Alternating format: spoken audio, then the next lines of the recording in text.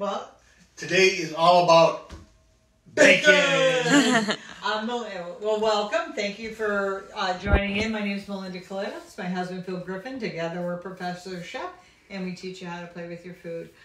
So because Paul Tremblay complained that we didn't have dessert the other day, we got dessert.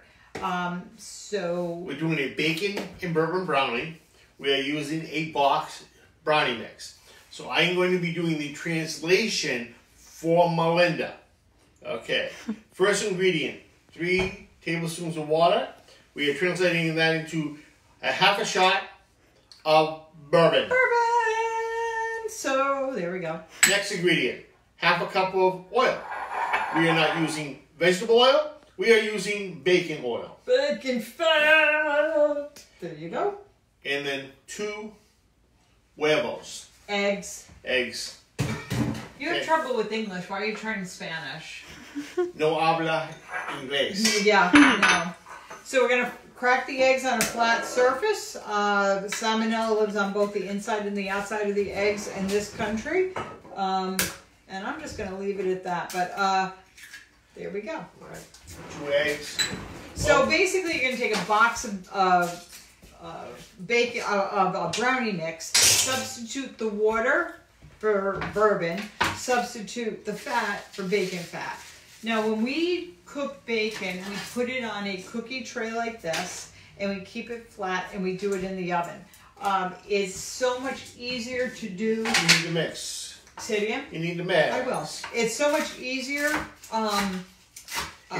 It's easier to cook it that way. Yeah, and it doesn't mess up the kitchen. And we take the fat, we take and reserve the fat.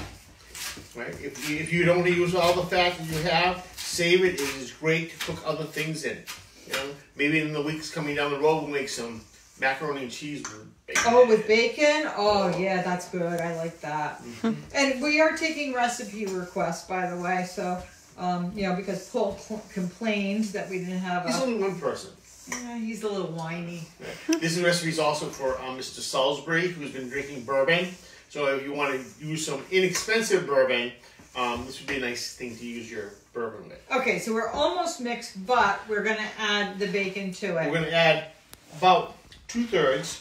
We're going to leave some of it reserved because we're going to put it on the top as it comes out of the oven.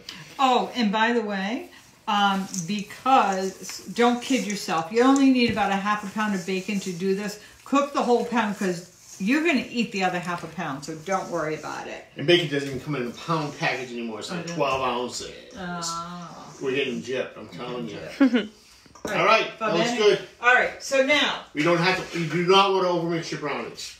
So when I make brownies, I like to do this with parchment paper. And why? Because you're very OCD. Yes, and you can just lift it out. So you know when you cut the brownies, it's like the first one always gets mangled. You could just lift this right out, which we'll show you in a minute.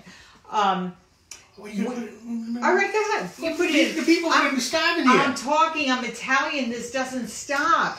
So normally when we do baking, what we would do is, if I didn't have the parchment in here, I would grease it and I would take the brownie mix, put it in there, and then have it all coat the pan and then put it in the mixing bowl and then mix my brownies. If it's a light or white cake, because when it, hold on, let me back up. Because when it says to grease and flour, it comes out with white spots, and I'm OCD, so I can't handle the white spots on anything. So when we make a light cake, we butter and sugar. If I'm making a cheese souffle, I butter and cheese. What else do we do? Sugar, cocoa powder. Yeah, just whatever is in. Think outside the box. You don't always have to use flour. Use something else that has a flavor base that would go well with what you're making. That goes with what you're making. All right. So now we got to evenly put this across. Sort of. I'm not good at doing this. No, he sucks at this stuff. Well, you were supposed to be doing this, and I took over. Yeah, that's because you have food control issues. That's right. Okay. We're married, by the way, in case you didn't get it. He did wash his hands. I made sure he scrubbed before he did this. You're not going to lick that off, are you? I could. No, I don't think you should. Oh, this is a great thing to do. All right, come on. I'm down. Let's go. Come on. Stop it. All right.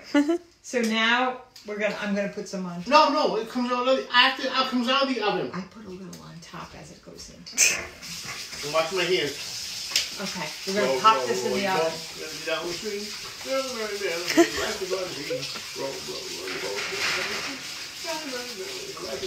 Okay. Come on, you're killing me. So I wash my hands the allotted amount of time. I just rinsed mine, but oops. You got a mess here. Yeah. Who made a mess with that? Oh, you did. Come on, they don't. So when it comes out of the oven, sprinkle more bacon. Sprinkle some chocolate chips on the top so they set in once in a while. There you go. Bourbon and bacon brownies. All right, so now we get to cut it. Oh no! Oh, where's your knife? Oh, we got the knife. We got the knife. The knife. So we cut it in half. You know how to use a knife? Cut it in half again. Cut it in half again. I would not go any smaller because you're going to want to taste these. Okay. That nice brownie. One corner for somebody. I know there's a lot of people out there that like all the corners.